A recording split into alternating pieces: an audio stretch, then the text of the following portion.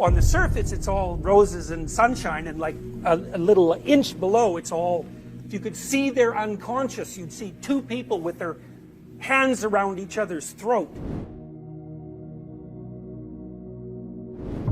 There's little monsters, they pop up and you could whack them with a hammer, like whack-a-mole, no problem if you wanted to. But if you don't do that for 360,000 decisions, then they all aggregate into this looming chaos monster, and the probability that that thing's going to eat you is, or that you're going to live in its belly, because that's where you end up.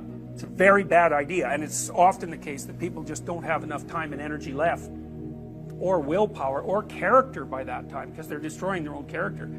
They've had it. You cannot help them. You cannot fix it. They're done. They can't be rescued from hell. Remember I told you about those experiments with the married couples? The ones that are going to get divorced. They walk into the little bed and breakfast and it's, "Hi dear," and with a kind of no eyes smile. It's like, that's a predatory smile. It's like, "I kind of like you, but these are really teeth and they're for eating." Really, it's not pleasant. And so they're interacting with each other, and both of them are really nice, but they're not. They're not nice at all. They're carnivorous right to the damn core. And so on the surface, it's all roses and sunshine, and like a little inch below, it's all, if you could see their unconscious, you'd see two people with their hands around each other's throat. And their body knows that, because up goes the cortisol, up goes the heart rate, they're sweating away. That's the belly of the beast. That's what that is. And your body, it's smart, it knows where you are. You can ignore it, which you do. It's like, "Oh, this isn't too bad." It's like, yeah, it is. It's really bad. It's really, really, really bad. And you do that long enough, it's like, good luck for you. You've polluted your psyche and your surroundings to such a degree that you can't fix it. And it gets worse than that, because if you stay there long enough, you won't even want to fix it. You'll be so angry at yourself or the other person that you're going to try as hard as you can to do everything you possibly can to make it as bad as you possibly can. And since you have virtually an unlimited imagination for evil, it can get really bad. So when you get into a self-sustaining spiral at some point, and that's a hellish descent. And the reason that hell is bottomless is because no matter how bad it is, there's some damn devious, nasty, horrible little thing that you can do, that you will do, that will make it worse. People who think that hell isn't real, they're just not paying any attention at all. Plenty real. Maybe in one of your relatively uninformed flurries, you ended up establishing a relationship with someone who was really not good for you. And that might mean, well, it was just a bad personality match, or it might mean they really weren't good for you, because you can get pretty unlucky and you can get tangled up with someone who's very deceitful and very malevolent and who could care less about you, or maybe who even wants to hurt you.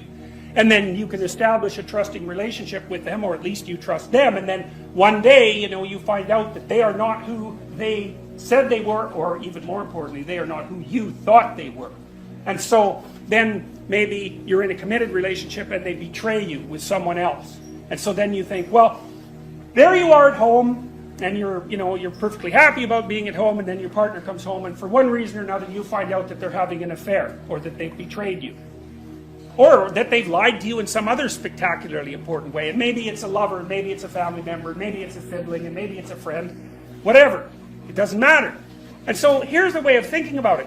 The minute before they come home, you're in one place. And you remember, a place isn't just a place, right? A place is a place in time, because we live in space-time. We live in time and place. And what that means is you can be in the same place in 1 minute and a completely different place in the next minute, even if you haven't even moved.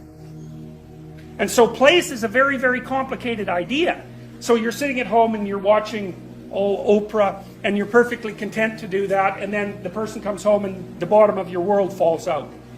And then all of a sudden you're not where you thought you were. And it's a really weird place that you are now, because it's not where you were, that's for sure.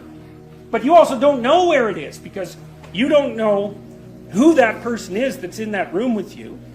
You don't know what your past with them was, or what it meant, or anything else about it, because it was predicated on absolute misperceptions. So none of your memories about those events are valid, even though you have them as memories.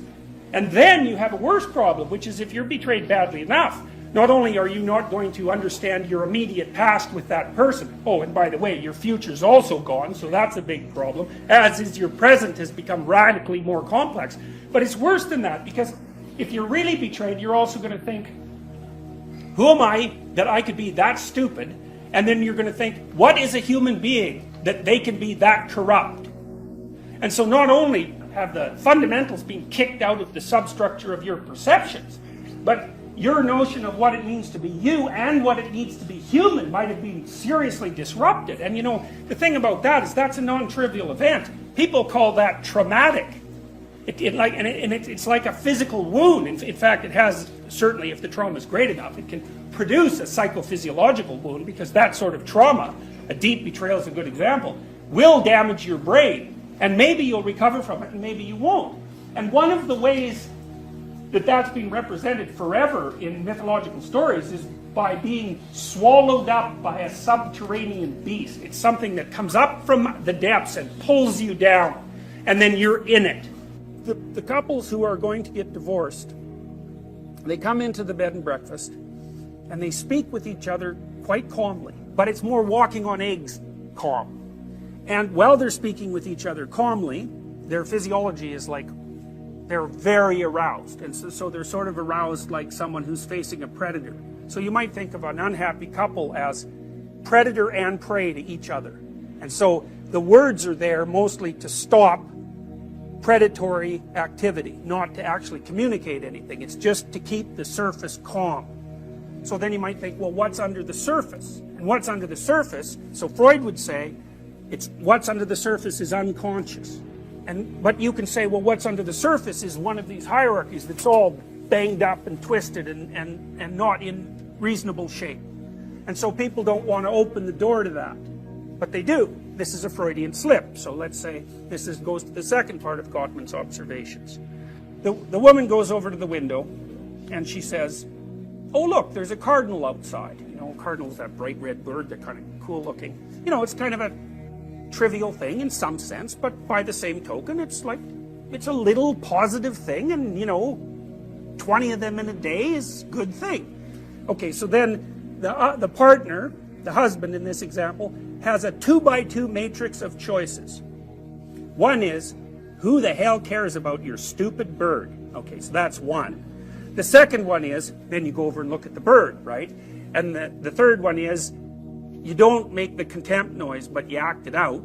And the fourth one is, you go over there like a civilized human being, and you know, and that you're interacting with someone that you care for, and you take a look at the damn bird, and you're happy about it. And that's as truthful and real as you can manage. The option, that's a Freudian slip, right? Because what it says, there's a whole monster underneath that, and the monster is all the disorganization in this entire structure.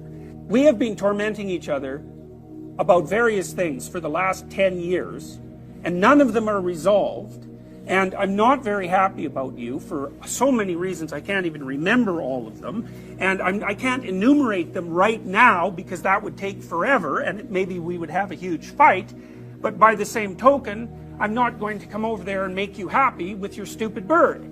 And I'm going to indicate that subtly so you can't call me a son of a bitch, because I'm just sighing, and that's what I'll say if you do ask me.